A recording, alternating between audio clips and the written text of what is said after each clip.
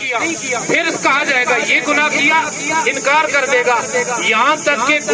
پھر جب وہ انکار کرتا چلا جائے گا، اللہ کا قرآن کہتا ہے کہ یعرف المجرمون بسیماہم، پھر ان لوگوں کو پہچانا جائے گا ان کے چہروں سے، بالنواسی والاقدام، فرمایا کہ ان کے قدموں سے پہچانا جائے گا، ان کے ہاتھ گواہی دیں گے یا اللہ ہم نے یہ گناہ کیا تھا، آنکھیں گواہی دیں گی کہ یا اللہ ہم نے یہ گناہ کیا تھا، قدم چلتے ہوئے قدم یہ گواہی خود دیں گے یا اللہ اس گناہ کے لیے ہم لے کے اسے گئے تھے، پھر زبان خود گواہی دے گی کہ یا اللہ ہاں اس نے فلاں فلاں کی غیبت کی تھی۔ سیدہ عائشہ صدیقہ رضی اللہ تعالی عنہا تشریف فرمائے،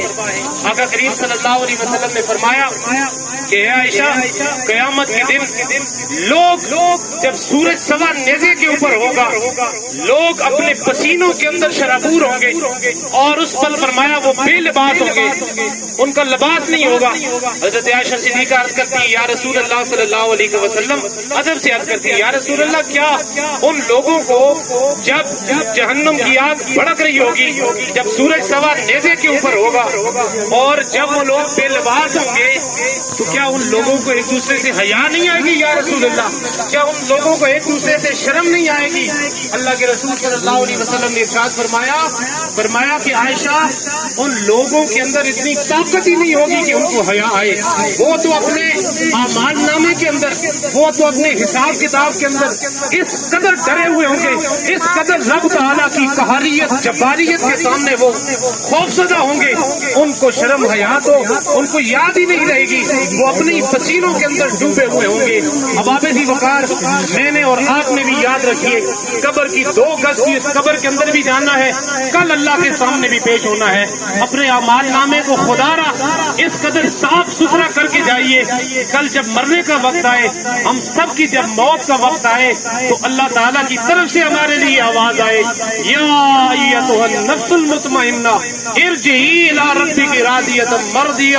فادخلی فی عبادی وادخلی جنتی۔ اللہ تعالیٰ کی طرف سے پکار آئے، روح فرشتہ ہمارے جسم سے نکال کے جب لے جانے والا ہو، ادھر سے آواز اس رب تعالیٰ کی طرف سے آئے کہ ہے میرے فرشتوں، اس میرے بندے کو جلدی جلدی میری طرف لے کے آؤ، کیونکہ یہ وہ بندہ ہے جس نے زندگی کے اندر دنیا کے اندر مجھے راضی کیا اور میں اپنے اس بندے سے راضی ہو گیا، میں اس سے راضی ہو گیا ہوں۔ فادخلی فی عبادی وادخلی جنتی، آج جنت کے سارے دروازے اس میرے بندے کے لیے کھول دو اور اسے جنت کے اندر داخل کر دو، کیونکہ دنیا کے اندر اس نے مجھے راضی کیا تھا اور میں نے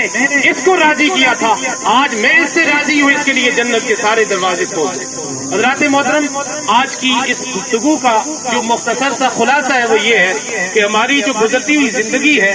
اس کے اندر ہم دیکھیں کہ ہم اپنے اعمال اپنے ساتھ کیا لے کے جا رہے ہیں قبر کے اندر۔ یاد رکھیے کہ اگر اعمال اچھے ہوئے تو قبر کا جو معاملہ ہے وہ اللہ تعالیٰ ہمارے لیے آسان فرمائے گا، لیکن اگر اعمال نامہ اچھا نہ ہوا تو پھر ہمارے لیے قبر کا معاملہ بھی مشکل ہوگا، آخرت کا معاملہ بھی مشکل ہوگا۔ اللہ کے رسول صلی اللہ علیہ وسلم نے ایک مقام پہ فرمایا قبرستان کے اندر جایا کرو، قبروں کی زیارت کیا کرو تاکہ تمہیں بھی عبرت حاصل ہو۔ فرمایا موت کو کثرت سے یاد کیا کرو کہ یہ موت ہر روز ہر گھر کے چکر لگا کے آتی ہے، اور وہاں پہ جا کے جب لوگ لاگ و لاگ کے اندر دنیا داری کے اندر مشغول ہوتے ہیں تو وہ جا کے کہتی ہے کہ ہے دنیا کی مشغولیوں کے اندر مصروف ہونے والے، یاد رکھنا میں کیڑوں کا گھر ہوں، میں مکوڑوں کا گھر ہوں، میں اندھیری کوٹھری ہوں، ہے بندے میرے لیے تیاری کر کے آنا، ہے بندے یاد رکھنا ایک دن تو نے میرے اندر آنا ہے، اور پھر اس وقت تجھے بچانے والا کوئی نہیں ہوگا۔ حضرت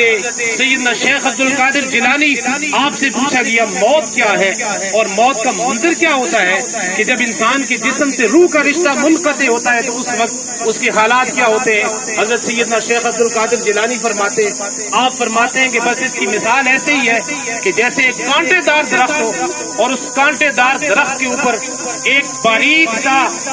کپڑا ڈال دیا جائے اور وہ کپڑا جب اس کو کھینچا جائے،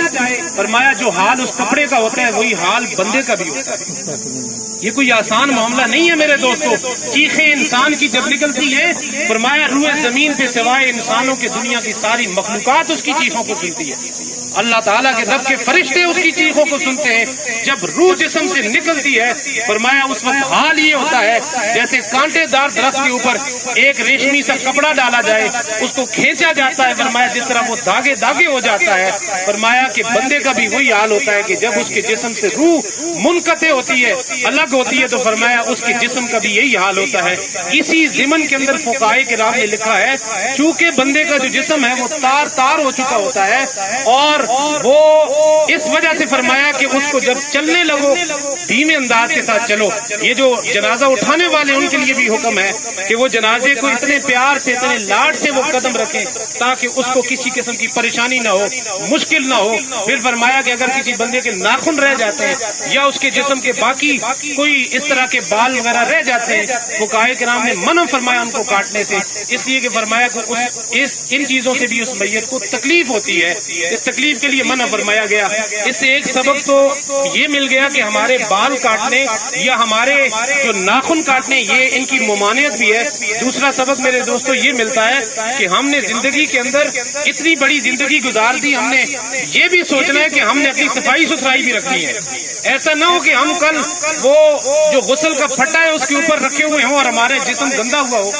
ایسا نہیں ہونا چاہیے. ہم نے موت کے لیے ہر وقت تیار رکھنا ہے اپنے آپ کو, اپنے جسم کو پاک صاف رکھیں تاکہ کل اللہ کے سامنے جب پیش ہوں تو ہم پاکیزہ حالت کے اندر ہوں, فرشتوں کے سامنے قبر کے اندر جائیں تو پاکیزہ حالت کے اندر ہوں. اللہ تعالی ہم سب کو عمل پیرا ہونے کی توفیق عطا فرمائے.